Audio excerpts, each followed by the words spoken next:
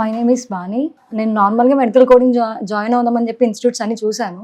మా ఫ్రెండ్స్ ఏమో వద్దని చెప్పారు, ఎందుకంటే ఇక్కడ రూల్స్ ఇవన్నీ చాలా స్ట్రిక్ట్గానే ఉంటాయి. అవి కూడా మా మంచి కోసమే. ఫస్ట్ టైం మేనేజ్మెంట్ తెలుసుకుంటాము. ప్రతిదీ ఇక్కడ ఏది చేసినా కూడా స్టూడెంట్ కి బెనిఫిట్ అవుతుంది, కానీ ఫ్యాకల్టీ ఏం కాదు. ఫ్యాకల్టీ కూడా మంచిగా రిసీవ్ చేసుకుంటారు. అలానే బయట ఇప్పుడు ఇక్కడ డాక్టర్ మధుసూదన్ సార్ అని చెప్పేసుకుని బయట కూడా అలా వెళ్తున్నారు, కానీ ఎక్కడ మధుసూదన్ సార్ ట్రాన్స్కోడ్ ఒకటే. ఇంకా ఏంటంటే నేను ఫస్ట్ అటెంప్ట్ ఫెయిల్ అయ్యాను, కానీ తర్వాత మళ్ళీ సార్ పిలిపించి మళ్ళీ ట్రైనింగ్ ఇస్తున్నారు.